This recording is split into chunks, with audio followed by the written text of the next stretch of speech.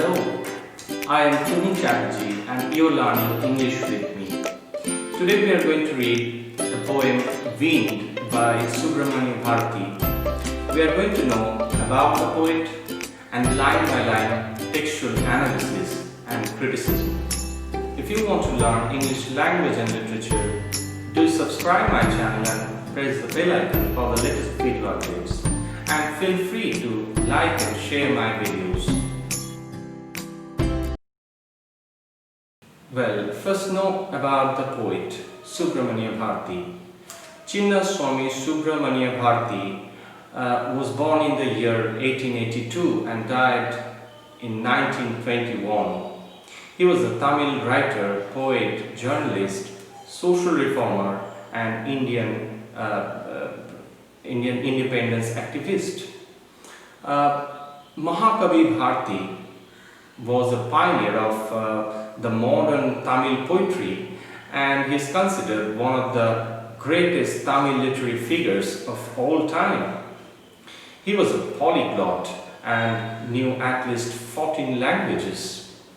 Even though he got his birth in a very orthodox Brahmin family, he always fought against the caste system of Hindu society. Well, he was prolific in his output and covered political, social and spiritual themes in his writing of poetry and lyrics. He expressed a reformist and progressive ideal through his poetry. Well, the particular poem Weaned was actually written in Tamil and the poem was translated into English by A.K. Ramanujan. A.K. Ramanujan is a great Kannada and English poet and he is well known for his translation of classical and modern poetry.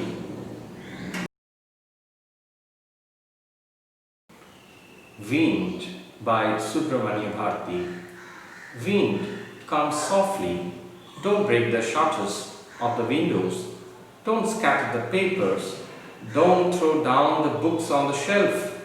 There, look what you did, you threw them all down, you tore the pages of the books, you brought rain again, you were very clever at poking fun at weaklings. Frail, crumbling houses, crumbling doors, crumbling rafters, crumbling wood, crumbling bodies, crumbling lives, crumbling hearts, the vain god Venus and crushes them all. He won't do what you tell him.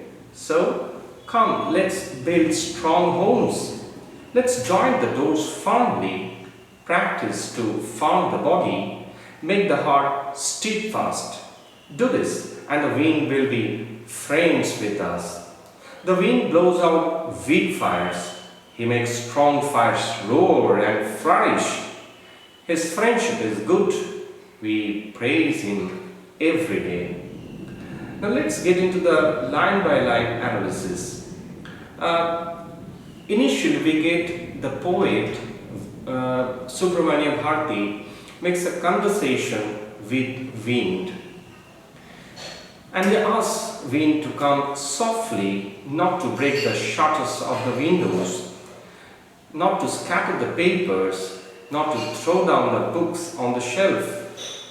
But we see the wind did not adhere to the advices made by the speaker poet. Rather, wind threw all the books down. He tore the pages of the books. He brought rain again.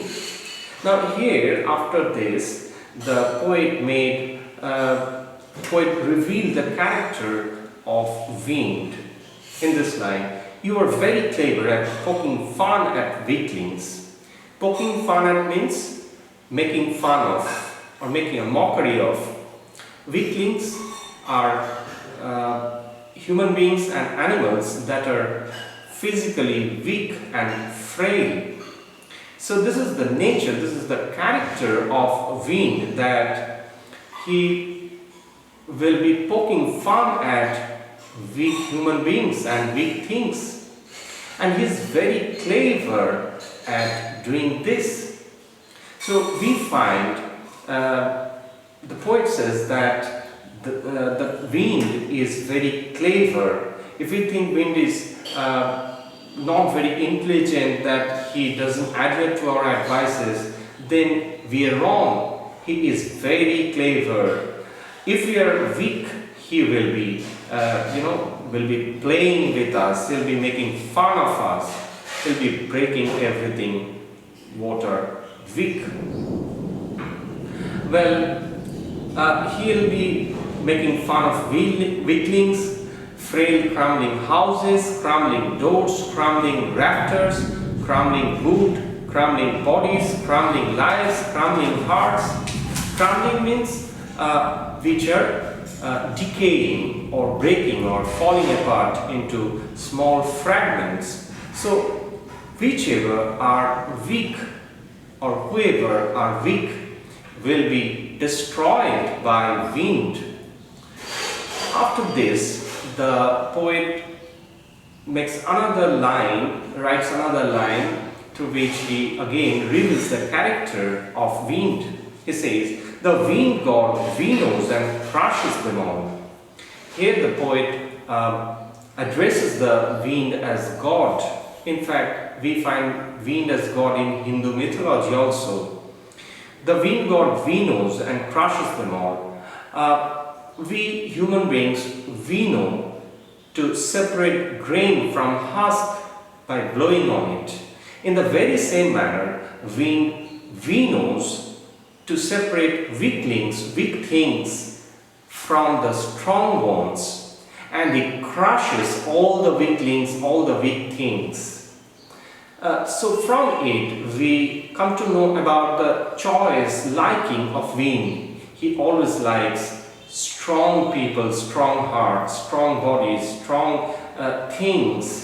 And if he finds us weak, definitely he will be crushing us. After this, the poet actually makes some suggestion to us how we should deal with wind. We have already got the nature of wind, that if we ask him not to destroy things, he will be doing that. He will not be adhering to our advices. So rather we have to deal with him in a different way. We have to be intelligent, we have to be clever like wind.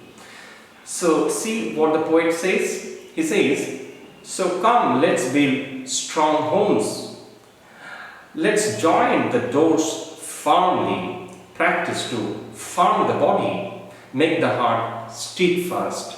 So, he says he won't do what you tell him. So this is the nature. He won't adhere to our advices. So we have to change ourselves. We have to change our attitude, and we have to make ourselves stronger so that he can't do any destruction to us. So we have to make strong homes. We have to join the doors firmly. We have to practice hard to make our body robust, and also we have to have a steadfast heart. Steadfast means here firm, strong. We have to make our heart strong, body strong. We have to make our things strong so that he cannot do any destruction to us. Do this and the wind will be friends with us. This line is very important. This is the kind of suggestion made by the poet. What does he say here is that wind actually doesn't like anything weak. So we have to rather grow stronger so that he makes friendship with us. The wind blows out weak fires. He makes strong fires roar and flourish. In these two lines, he makes some philosophical commentary that wind is able to extinguish, wind is able to put out, douse weak fires. But he cannot extinguish strong fires. If there is wind blowing at strong fires, then definitely the fires will be spreading more. Fires will be breaking out more in that case. So we get the teaching that if we are weak, then definitely wind will crush us. But if we are strong, like strong fires, then wind cannot make any destruction to us, make any harm to us. Rather, we will grow more stronger day by day, like strong fires. His friendship is good. We praise him every day. So in these last two lines, he actually makes a reflection, what he thinks about wind and what he suggests to us. He suggests us to make friendship with wind. Rather than getting afraid of him, if we are able to make ourselves stronger, then we will have a greater friendship with him. The line can be expressed, or we can get the meaning of this line in this way also, that he is our good friend, wind is our good friend. Because, he is not a friend in this way that even though he makes destruction to us, we are happy with that. It's not that. Rather, we can think it in this perspective, from this angle, that since wind is like an adversity to our life, we get a chance to grow ourselves stronger. And since there is the hurdle of wind, so we always try to grow stronger day by day. So his friendship is good, because when he is our friend, we actually try to grow stronger. So his friendship is good. We praise him every day. Definitely we'll be praising him every day, because he will make us stronger day by day. This is the textual analysis of the poem. Now let's think about the poem in a deeper way. See, in the whole poem, wind has been made symbolic. Wind here actually represents the adversities of life. The hurdles of life, obstacles of life, the troubles that come into our life. Now, if we are weak, then troubles will be crushing us. Doesn't matter whether we like troubles or not, they will be coming at times. We cannot stop them. If we ask them not to come, they will not listen to us. They will be coming at times. So what we have to do is, we have to grow ourselves stronger, so that we can face all the challenges of life with a smiling face, smiling heart, and we can resist all the onslaughts made by those adversities. So, adversities are actually not bad in life. They are good, because they make us stronger. We praise them every day. Well, the poem can be thought in a deeper way further. See, when the poem was written in the British regime, when Indian people used to be governed by the colonial masters, the Britishers. So, they were like the invincible Mount Everest in front of us. We were really poor, we were really weak to them. So, they got a nice chance to destroy us, to loot us, plunder us. But if we think to make a strong body and mind, and if we are adamant at fighting against them like Netaji Subhash Chandra Bose, then definitely they will not be able to destroy us. Rather, someday will come when they would succumb to failure, and we would have our independence. So, from this perspective, this poem has a great meaning. Adversities of life are actually not bad. They are good. They make us stronger. We have to catch the opportunity, and we have to face all the challenges of flying, and we have to make ourselves stronger day by day. Hopefully you have understood the thematic aspect of the poem. Now let's see the poetic devices used in this poem. Well, if we see, the poem was written in free verse. Since we haven't got any particular meter scheme and rhyme scheme, we can say the poem was written in free verse. Now let's think about the figures of speech used by the poet. First of all, we get the use of anaphora. Anaphora is that figure of speech in which we get the same word started with in 2 or more consecutive lines. See line number 2, 3 and 4 and line number 6, 7 and 8. In line number 2, 3 and 4 we get the lines start with the same word don't, and in line number 6, 7 and 8 we get the lines start with the same word you.